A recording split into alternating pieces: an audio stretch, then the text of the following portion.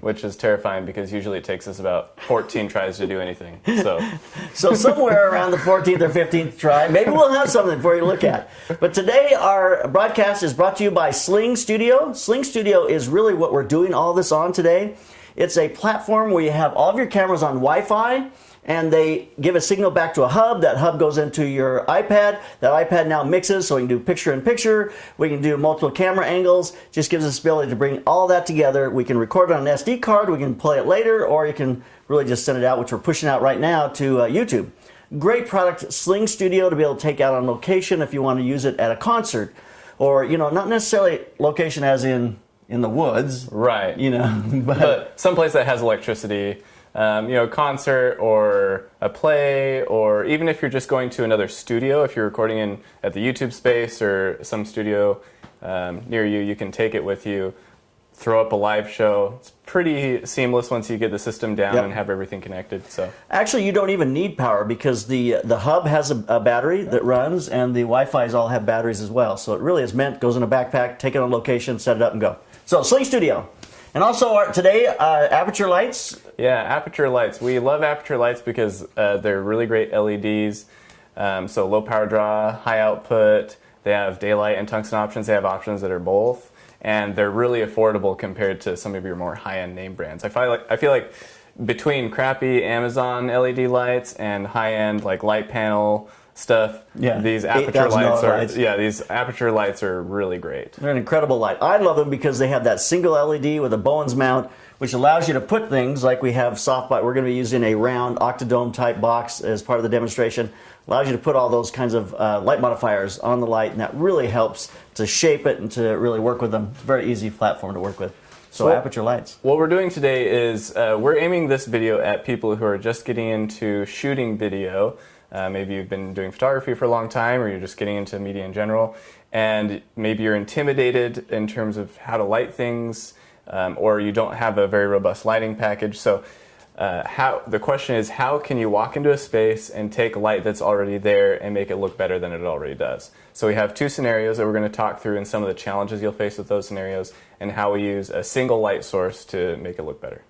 So let's get to it. Let's do our first one. Let's get our first one up here and make it happen. So the first thing, we're going to turn off this work light real fast. Yeah, we got a work light here, so we can just see picture-in-picture. You'll be able to see this camera is what you'll see as our kind of our demonstration camera. We have with us here today Ellen Ho, who is our model. She is here to be able to be our talent today, and so she will be reading her book patiently. So you walk into a scene like this, and if you don't have any lights, you can throw, you have the lamp on the table, you can set your subject down at the table. But it's going to be kind of dim, and if you want to expose properly, this is a good exposure on Ellen, but the lamp is completely blown out. These shades actually make it look not terrible. I've seen a lot worse. Yeah, the shade is thick enough that it's really, it's killing the demonstration. But even still, if I have my preference, I would kind of fix this. So we have two options here. A trick I was actually just taught on a movie I was recently shooting with the gaffer who did a film called Ain't Them Bodies Saints like 5 years ago at Sundance. Mm-hmm. He did this all the time on that film, where they would have a practical light source here, and they would dim that down so that it looked really good on camera. So this is as low as it goes. It still has a hot spot because this 5D has terrible dynamic range, but we'll live with it. They would dim the practical light down as far as it could go, and then they would throw up a second matching practical to throw exposure on the subject's face. Now, the good thing about this is that you're getting basically the same kind of light. It looks supernatural because it's the same kind of light exposing the actor's face, but it's off screen, so you're not worrying about blowing out this one. There are some downsides.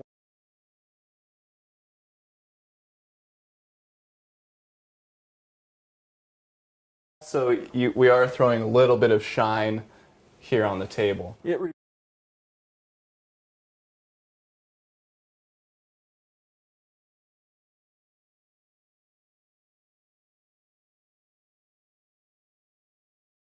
You can, it's just, you see a little bit of this on the side of it there. I turn it just a little bit, and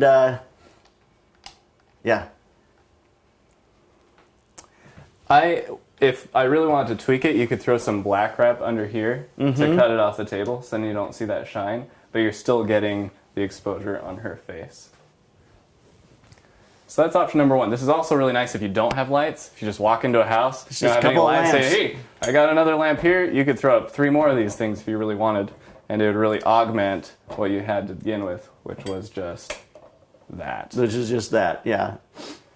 Which you want that really natural cinema type look, and this gives you that. It gives us a nice, pretty light rolls. It's not too hard. It's not too directional. So if you turn it back on, I think that's a. I mean, that's a pretty look. Looks really nice. Myself out of there. Yeah. Yeah. I'm a fan. There you go.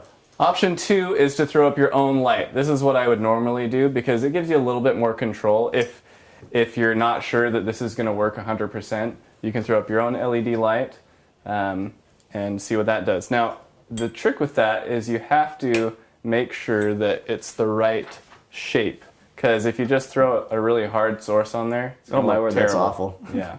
Even if you dial that way down. Yeah. Let's see what if you bring it way down. Even if you dial that down to the correct. I mean, it's starting to. But look at the harshness on the wall. You see the. And on the side of her face, around her nose, it's just really harsh. Which is not what you would be getting off this lamp. It doesn't look right. So instead, what we're going to do here is we are going to throw an octodome on here. Directly in that camera. I don't know where to stand then.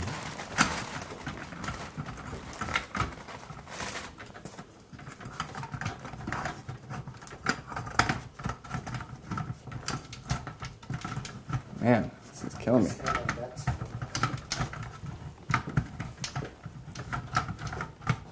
Having trouble with that bonus mount there? You do it.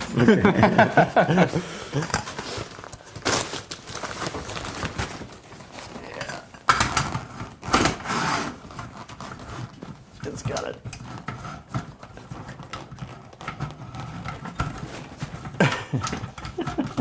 I'm not the only one. Nope, you're not. I don't know why it's doing that. It's acting that way. Does that seem on? That seems on. I think it's on here. All right.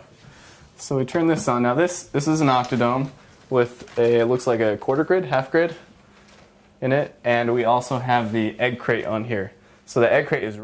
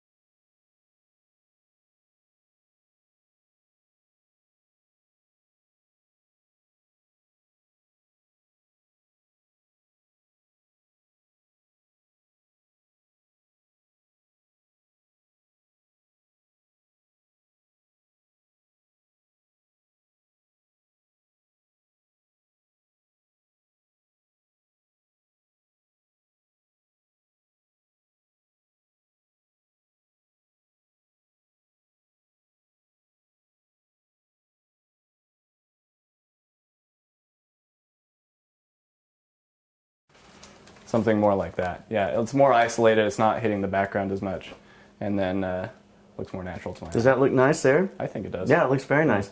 You probably would have put a fill card or something in the foreground right here just to open up the shadows just a little bit on her face. But essentially, I mean, you've sat the person down, you've thrown up the practical light, you've motivated the light, and then you've thrown up a single source, and it looks great. That is not locked in there like I'd like it to be. That's so funny. So, keep going, Kenneth. So I want to just say this here. The thing that's interesting about... I'll mess with it. Yeah. You have some audio problems. It keeps going in and out. It's going in and out? Yeah. Everyone's commenting that there's no audio. Oh, really?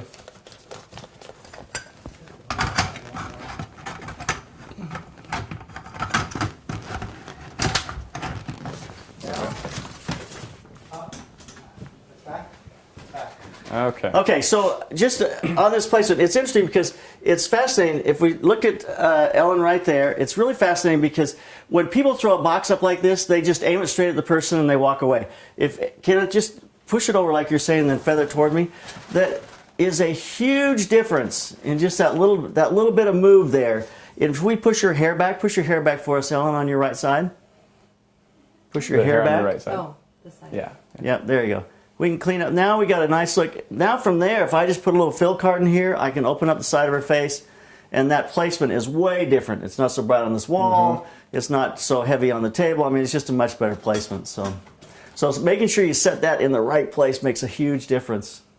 Yeah, the goal here, I think, when you're going for the natural look is you don't want to spill light everywhere. You want to be more selective, and that'll help you feel like the light is motivated from this source in the frame rather than something out of frame. That's what you want to do. You want to try to duplicate, it's a motivated light source. You want to say, okay, that looks like it's lighting the scene. It should be lighting her face.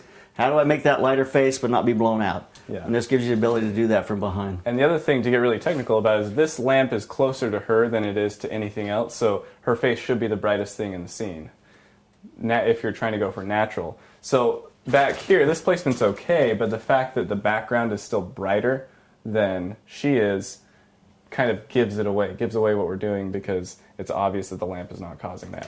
But even from up in that front there, just feather that off a little bit from the background. We did that before. Yeah, if you keep it up in there, and up a little bit, I would. Yeah. I like feathering these things. If you feather this up now, Kenneth.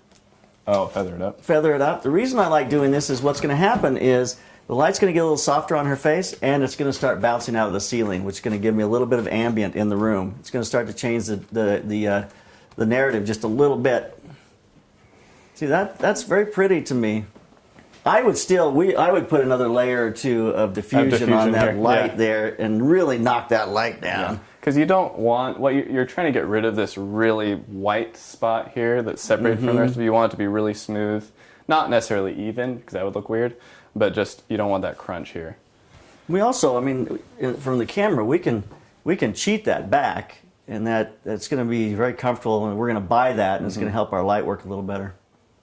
Okay, shall we move on to our Let's move daylight? Move on to the next one. So we're going to take a couple minutes and switch things up. We want to show a daylight setup. This will be a lot more, I do this kind of thing all the time for documentary projects or corporate interview kind of things. So I'm going to go pull the plastic off from the windows while Kenneth talks, pontificates. You're going to pontificate. So the key here for basically any of this, any available light setting is you don't want to create a light sandwich. And don't do it in front of here. So a light sandwich is when you have your practical source, be it a source like this or a window like we're about to have. And that's on one side of the subject, and then you bring your own light in on the other side of the subject. It becomes really obvious, really fast that pull this down for me, Travis. Thank you very much. All the way down. Just pull it down. Created artificially. Thank you, and we're going back in. Subject. You want all of the light to come from the same side so that it feels completely motivated off of the practical that the person is seeing in the frame. I'm outside giving Travis directions. It's hilarious. Okay. See, I love this kind of scene where you've got that blue, the deep of the blue, and the mixed light. I think it's gorgeous. I really do. I love it, but... I actually don't. I love having, if you're shooting a daylight scene with window light and stuff, just throw a couple lamps in the background. Yes. It adds give that kind of so much tonality and depth. Yep. This does look really nice, actually. It does. Got that mixed light. So but the reason we're getting that outside is because we've got a pretty strong light source on her face. We do have a pretty strong light source on her face. So let's go back to square one, and let's just say that we walked into this scene, and we're going to set up an interview with Ellen here. So when we set up this interview, we want depth in the frame. We don't want to set Ellen in a dark space and just front light her. We want some sort of depth, and the windows look really nice, especially this time of day. The sun's gone down. Yeah, almost. we're getting pretty low light outside. So this would actually be a lot easier than it would on like at 2 o'clock in the afternoon. Which is usually when you're shooting these scenes, because it's the executive's office, and it's 5 o'clock, the executive's gone home. You're done with the interview already. Yeah, exactly. So the first thing is we're going to swap this head out real fast for a daylight head. Okay. So someone had a question: is this natural light or motivated light? This. Wow. So the question is this natural light or is this motivated light? It's what we're trying to do is take motivated light. Well, first off, it was with we have a lamp, so that's a motivated light. But then we're going to now start to work with natural light. So I mean, it is motivated light because you're adding your own. If you're adding your own light, then it's not natural light anymore, right? I think my feeling is it's very difficult to get good-looking natural light unless you have control of everything else. well, let's start with that. Let's put an exposure on Ellen's face here that will show us what we're getting in this scene if we use the natural light that's coming in the windows. Yeah, so if we want to just use natural light for this, we're going to have to expose. I mean, this Aputure is pretty, or this ISO is pretty high, but this is exposed for Ellen right now, and the problem is that now it looks really gross behind her. I mean, it's completely blown out. It just doesn't work. You know, everything about it is too bright. Now, we don't have to place her right in front of the window for this, but if the window's in the frame at all, which I want because it looks good, it's going to look really crappy in the background. So in order to get a good-looking background, we have to stop down, drop our ISO a little bit. So we're using the natural light that's coming in from outside, as it's going to light up the outside of the scene. It's going to give us a little bit of rim on her face, but it's not going to... So I can get for taking a picture. All right. Yeah, don't take a picture. So this is the exposure I want for the outside. Now what we have to do is we have to expose Ellen in a way that's motivated. So someone asked the question, ND on the windows. Yes. Okay. Yeah, that'd be great. Absolutely a way you can go. You can put up a stop. Well, you'd have to put up 3 stops on there to make it do anything. But if you ND the windows and you don't have any other light, then you're NDing your light source. You're killing the natural light as well. But that's a great idea because if you're shooting at 2 in the afternoon and across the street is a giant white building and there are a bunch of white vans in front of it, then it doesn't matter how, you'll have to stop down a ton or throw a bunch of ND on your lens in order to get proper exposure, and you might not have enough light on the inside. So ND on the window is a great suggestion if you don't have the power inside. Let me tell you the disadvantage of ND on the window. Every time I put ND on the window in this kind of situation where I can see it so closely, and you see the camera's looking at it that close, especially when you go to 4K, I see reflections in it. Or it makes sound because of the wind. Or we're on the 10th floor of some building, you know, and you can't go out there and you can't stick ND on the windows. So ND works, but I've found that it doesn't work as often as I would like it to work. You know, and you can tape it on the inside, but to make that look right and to not see it is almost impossible. It really is. I think the question is there ND on the windows? There is no ND on the windows. After I give that huge example, there is no ND on the windows. That's just what's outside right now. But it is an option for it if is you an don't option. have the power. If you have the option, if you don't have the power, if you have brand new ND so there are no creases in it, it's not a bad idea. Not a bad thought. Okay. So what are we doing here? You want a reflector? Or? Yeah, so, well, no, we're going to throw in the softbox. Okay. Okay.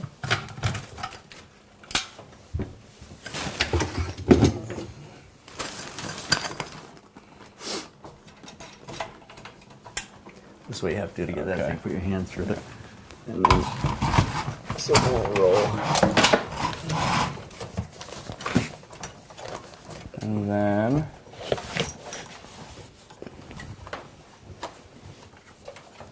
Are you having fun yet, Ellen? Mm-hmm. Yeah, I'm reading Harry Potter. Are you reading Harry Potter in German? Oh no, it's in English. It's in English. I read this in one day last week. Oh wow. So we're really working with how to get the windows outside to be able to balance with the light that we're going to put on her face here. And that's really the key, to make it look as if the windows outside are what are lighting her face. That's the goal. We don't want it to look as though, we want it to feel like the motivation from outside is what's lighting her face.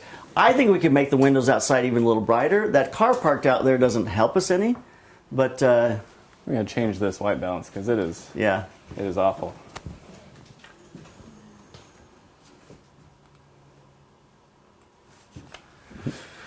Someone says, don't you use a light meter? How about a waveform? Waveform, I mean, the tricky part, Waveforms are faster, so that's a benefit. Then a light meter. The tricky part is sometimes if there's a lot going on in the scene, it's hard to see exactly where things are on the waveform. But yeah, it's an easy way to say, okay, yeah, their skin is at 50% or 60%, I'm properly exposed. If you're really conscientious, if you're shooting a longer project, you want a consistent look for things, then a light meter gives you the advantage of consistency because you know your keys are always half a stop over and you have a 2-to-1 ratio on the key to fill, or 2-to-4 or a 1-to-4 ratio. You can be a little more technical about it. Most of the people I work with still use light meters just for that purpose, but waveforms are really good if you're run and gun or you're a crew of 1 or 2 people, when light meters can be a little overkill. I think waveforms are a great thing to look at to be able to check where you're going. Light meter is always the fastest for me just to get a sense of where you're at. But again, you know, light meters, you have to be able to really understand them, because if it's all white in here, the light meter is not going to tell you exactly what you need to know, although an instant reading will give you a pretty good idea. So this is actually, for me, the shape is working well. What you don't want, again, is that hard source, because these windows are big, and so naturally they would throw a soft light onto the subject.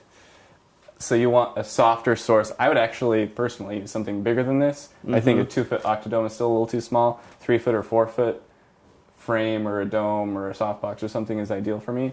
It's going to wrap a lot better. Yeah, it'll wrap a lot better. The only problem right now, I think, is that this light is too bright. It's way too bright. And it's already dimmed down to 10%, which is as low as we can go on this. But I would take the background up another stop anyway. I would like the trees outside to be a little brighter. I agree. So we could expose brighter here, and all we need here is a little bit of ND or a better dimmer to knock down this key. Be able to knock it. Yeah, it's interesting how when you get into these things, when you're shooting, well, we can knock our ISO. Well, no, it's going to not. Yeah, we got a whatever we ratio do in issue camera. Here. Yeah, it's not going to solve it because of the thing. Well, then do this here. What I do with these things a lot of times in this situation is I almost point this thing directly at the camera. Right. I just feather the heck out of it as much as I can. Keep going. I just make now right in there. Now we can bring it up. Should we pull this egg crate so we can? You feather can. Better? If you pull the egg crate though, it's gonna flood into this whole room. But try it. See what happens. See, it just opens everything up again. But I actually think that's okay because again, we're trying to mimic a larger. Yeah. So now aim it into the ceiling, and it'll start to diminish a little bit of that shadow. Let's get this. If we're gonna take it off, let's take it off. This shadow bugs me. I don't like it. I'd want to get rid of it. So either I push that light back into the corner a little further. So in an interview saying, let's have you look here, Ellen. Yeah, I like what the light's doing to her face. Not a huge fan of the shadow. Yeah. I wonder if we kind of aim this up more. I would actually aim it up more and then, oops, wrong button. Increase the intensity. Get my hand out of there. Also, if I were shooting this, I think I would crop over a little bit. I would bring this camera around to about right there. Yeah. And let that shadow fall out of the frame on the side. And that now is, I'm really not, I love people pushed over into the side of the frame. You can punch in on that on 4K without any problem. I think this is working pretty well. I like it. It looks like the window is pushing most light in here. The only thing is we are getting a lot of reflection down from the top, which looks nice, but doesn't look quite natural to me because it's becoming more of a top-down light instead of a side light. I think if we had a bigger soft box or a bigger frame, we could bring it out in front and make it more of a side light instead of shooting into the ceiling. So what happens with this if you take that reflector off and just aim it in the ceiling right about here as an option? Let's just aim it that direction. We have to take the grid off from it.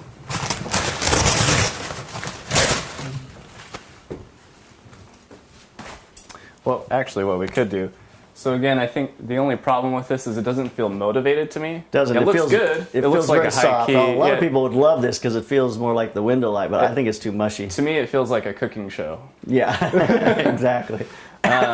What I would do, and this is actually probably... Questions are coming in! This is probably a good idea because we can't dim the light down enough. We could just shoot it back in here, up the intensity a little bit, and this white wall behind us is becoming a huge bounce. This So- actually looks pretty dang motivated to me. It looks very motivated, although for me, it's lighting the wall more than her. So I would, come up forward there and bring it up from the front here. Or if you close that door behind you, then let that become part of what motivates your light. Bring it around a little more, a little further. Yeah, this looks. It looks like we're in a bright, airy room with lots of windows. Feels even like though the only windows in this whole place are right behind the subject. And there's no light coming in. And there there's no right light now. coming in. That's the idea, is try to make it look as seamless as possible with the lights that are there. This is a really good question. So discuss mixed lighting relative to color balance. This is a question I get all the time, and that is, you've got mixed light, where do you set your color balance? Do you set it for daylight? Do you set it for tungsten? I mean, you've got tungsten and daylight going on. Which one do you set for? That's really I tough. usually go 42 to 46. Yeah, it feels sloppy, but I usually go right in the middle. Like Andy just said, 42 to 46 degrees is a pretty good spot, because then you're getting some of the blue from the daylight, but you're still keeping the warmth from the tungsten sources. When you're doing mixed lighting, you want both those colors. You don't want to just be white and super orange or white and super blue. I would personally lean towards like the 46 end of the spectrum, so you get more of the warmth instead of the blue, unless you're going for something really moody. So really the answer to the question is that you make a decision looking at the color. Where do you want to place this? You could shoot it straight up 32, which would balance it to the tungstens in the room, and the outside would go very blue. And if that's a stylistic look and you like that, it would be excellent. But if you move it more into 34 or 42 to 46, it's going to give you a mix of both those, and it's going to look nice as you mix those colors. So, I mean, that looks very light, very airy. I mean, this would be a great setup for an interview. Yeah. What's your white balance now? Our white balance right now is on auto white balance, which means it's guessing at what we've got going. We set it to auto because we were going we're changing the light around. The light around. So. Yep. Oh wait, actually no, this isn't on auto. The rest are, but this camera is on daylight. Oh, it is on daylight right now? I set this to daylight right now. Oh, okay. So that makes sense, because we have a daylight light. We've got the daylight light coming in from outside. Although, interesting, as the day gets a little deeper like this right now, the light outside is very blue right now. It is not very, it's getting bluer all the time. So one danger of setting up a shot like this, if you're doing an interview or something long, is that sun is going to shift outside. Mm-hmm. So if you're starting early in the day, the outside is going to get brighter as you go. If you start in the afternoon or start in the evening like we have, then the outside is going to get dimmer as you go, and you're going to have to constantly be turning this down to compensate and make sure that it's staying natural and staying the same ratio as you had when you set it up. All right, so there's a quick look at just a couple of lighting setups to be able to create kind of what feels seamless with the motivated light, or seamless with your outside daylight. Because you really I've never been in a situation personally, well, I shouldn't say never, but very seldom, where I set someone down and the window light just does it for me. I go, oh, that's fabulous. No, generally speaking, I'm going, well, it looks pretty good, but if I bring a light in here, open up her face a little bit, it's just going to look a little nicer. So I'm always setting lights, even when I've got a lot of window light in the room. Or if there's a ton of window light in the room, I'll start putting negative fill in. I'll put a black card up, try to take some of that down so it's not so flat in the room. I mean, there are a couple advantages with setting up your lights, not just trying to run with natural light. And one is you don't show up to set unprepared and something goes wrong and you can't use natural light. I showed up to a location when I was very first starting. I didn't have any lights. I was like, oh, I'll use a window. There were no windows. So we worked it out, but it was a scary 15 minutes. The other thing is control. If you're just going on, even if there are a bunch of windows and stuff, like I said, the light is constantly changing outside. And so adding this light on the subject, the key, making sure the key is something that you control, really minimizes your work in post, because in post you're going to be constantly adjusting levels with natural light. And then the other thing to keep in mind, again, like I said before, is don't create a light sandwich. We're talking about augmenting available light and making it look natural so that it doesn't look like you have a bunch of lights on them and look kind of weird. You want to look like you just did show up and you did just throw a camera on them and hit record. If you want to do that, then watch out for the light sandwich. Don't be lighting from two sides at the same time. Make sure it's always coming from left or coming from right or top or whatever. Whatever is in the frame, that's your source. And finally, going off what JP said about negative fill, sometimes you'll find yourself in these situations where it's just kind of flat everywhere and blah. And you could add light, but often I found just throwing up a black card right next to the actor does all the work for you, and it's super easy.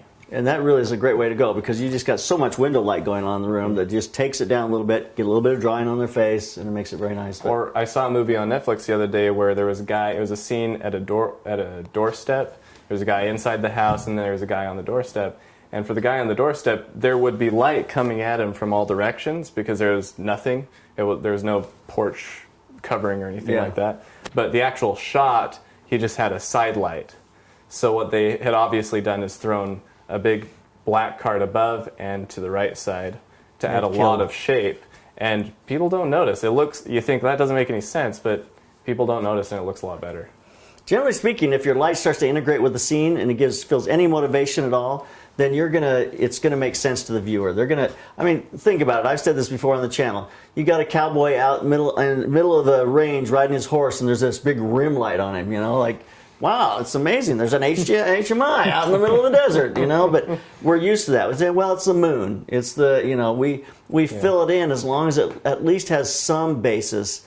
It's when light reveals itself. It's just too directional. It's not finessed at all, And I think that's the thing about using artificial light with natural light is to try to make the two of them work seamlessly together. I generally don't use more than one light in a situation where I've got window light and that. Just something to clean up the shadows, kind of give me the shape and to finish it off. So.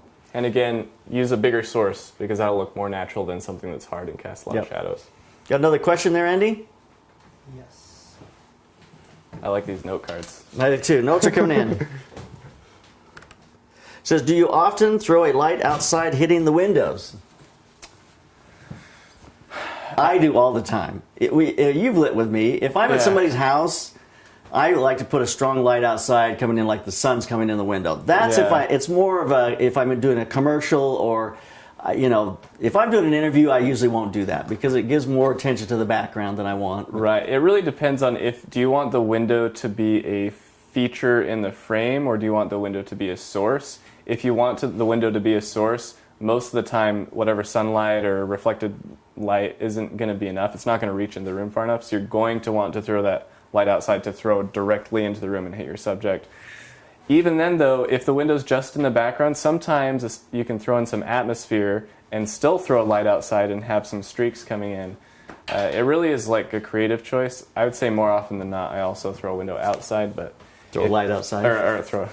I throw a couple extra windows outside the windows. No, throw a light outside. Yeah, it's pretty typical. Yeah, I like that look. It just is a bit of sunlight coming in the window. I mean, it really depends on the location where the windows are placed. I mean, so many things come into play on whether that works or not. And also, do you have a powerful enough light? If it's a bright day outside, you're going to have a lot of light to make that work. Yeah, I remember I was shooting this little fashion thing, and we brought an M18, which I was like, oh, that's a pretty big light. It's $7,000 light, almost 2,000 watts, HMI, And we had it outside shooting through an opal, and it was just like barely enough to buy us any exposure on the inside. So it can be a struggle sometimes. I've actually seen this during the daytime. This is kind of off subject, but Lars and I did this once on a set. We were on the second story, and we just took a heavy silver reflector, heavy hard reflector, and bounced it from outside on the ground through the window into the ceiling. And it just made the room kind of glow, and then from there we could put a little bit of light on the person. It looked fabulous. Yeah. It kind of amplified the outside light, and then we went in and put our lights inside. It looked really nice. Those hard reflectors are super handy because you're using the sun as your light source, and you can build them you could build them yourself with just tin foil and like a 4x4 card. So. Well, part of the reason I love the 300D is because it has a lot of power. The 120s are very nice, but the 300 just gives me a lot of power if you want to be able to compete with outside. Yeah, I mean, this was down at 10%. It was too bright. So way too bright. Could be shooting it mid-afternoon and have this 300D and balance out just fine. Do you understand that question? Picture in picture, I switched it already. Oh, okay. This is for Andy. Yeah. Can you switch it, Andy? I want to mention Sling Studio again. Yes, Sling Studio. We're doing all this with Sling Studio today, which is really, it's a wireless system where all the cameras that we have set up here are giving wireless back to the hub. The hub goes into an iPad. We're sending that signal out on YouTube, and it's picture in picture. We're able to switch and be able to do a live show, just like a television show. We're a live show, just like a TV show. Wow, I feel like I've arrived finally. It's like, you're live. Yeah, that means when you can't put the softbox on, everyone gets to watch you. So Sling Studio, great platform, great platform to be able to do this kind of live broadcasting. It took us a little bit to get this set up, but now that we've done it, I'm going, this is not that hard. Yeah, it would be easier the second we time. We were dealing with a lot of things. So if you're so shooting, anyway, so it worked. It's worked out really nice. what is the if you're shooting with something lights? What is it? What does this say? If you're shooting with Is that soft? soft lights, what's the shutter speed? Is that soft? I don't know. So, Who wrote the note? Christy, is this soft lights? Says if you're shooting with soft lights, what's the shutter speed? 50 Oh, hertz. 50 hertz lights. What is the man. shutter speed? They're asking us to do math. Yeah, they're We asking. better turn it off now. Just kidding. 50 hertz. I mean, I think usually the shutter speed, if you set it to 50, it should work, right? Yes. Everyone's US looking. is all. It's all US Yeah, is US 60 is 6, so 50. Yeah, when you go to most DSLRs, you're going to be a 60 to the second or 50. or 50 to the second. So I've never had any problem. Yeah. You're talking about with the But flicker. have you or- shot in Europe? No, I have not shot in Europe. Yeah, so- that may be a different issue. This is So, a question for... Yeah. I think if you shoot at 1/50th of a second, it should be fine. Okay. So here's a great thought, and I think this is a really good idea. He says thoughts on creating a bit of bokeh to help cover our lighting issues with the background. I mean, and I think I know what he's meaning here. Right. There's a couple of things here. If you put some kind of a bokeh outside, so it's kind of falling out of focus, it looks beautiful. A little longer lens, what we have on here. I mean, You mean we're like throwing tree branches or something like out tree there? branches, or I mean the lights, or those kinds of things here. Is it got Kenneth in the frame there? Is where it is? Blocking, Yeah. blocking the feed. Yeah, there you go. It's my belly. Okay. So, you certainly, if you use a cucaloris or something that you put in front of here that makes this shadow break up, so it's not. That's always a nice thing to do. And I don't know if that's what he means by bokeh. Bokeh is that out of focus lights in the background. I mean, yeah. If you do, so let's say you have a super bright window in the background, you can't knock it down for some reason. You can you can break it up. That's a pretty good idea. But I think the problem is you'll still have those really harsh highlights that you'll have to end up balancing on their face. So you're going to need some sort of light anyways, but at that point it becomes a creative decision. Do you just want to stay super wide open and have this kind of blurry, bright and dark in the background and light them? Or would you prefer to have like a clear window that's exposed properly? It's a creative decision. It is. Okay, this one I know. How would you light the same scene but with two people in it? Yes. 2 people in it. That is a great question. It's a really good question. It So, would- I mean, what we've got going right now, if I sit down in here with Ellen, I mean, our camera's in an awkward situation. I just look closer to the frame than she does, but then she's petite and I'm looking huge. you just look really big, JP. I do look really big. Oh, wow, who's that guy? If the 2 people are on the same side, it's really no problem. You just light it pretty much the same way. If the 2 people are on opposite sides of the table, it does become more tricky You're doing because you don't want to be throwing a bunch of shadow on their shoulder, trying to hit the key. So the light on me is a little mushier than it is on Ellen. It looks a lot nicer on her. If you're doing people that are facing each other in an interview and they're talking, I put the lights behind them. And I key the person on the left, so it's rimming, keying, rimming, keying. So you do. It's called a cross key. So the lights are behind the subject, and they're shooting across to light the one on the opposite side. It works really well. Another option that I like too is if you have large the light mats are really great for this 4x4 light mats because they're large and super soft, and you just put one kind of over this person and one over this person, so it's a topward cross key. Casts a beautiful butterfly light. See, that's really pretty. So you really have one here, you have one here.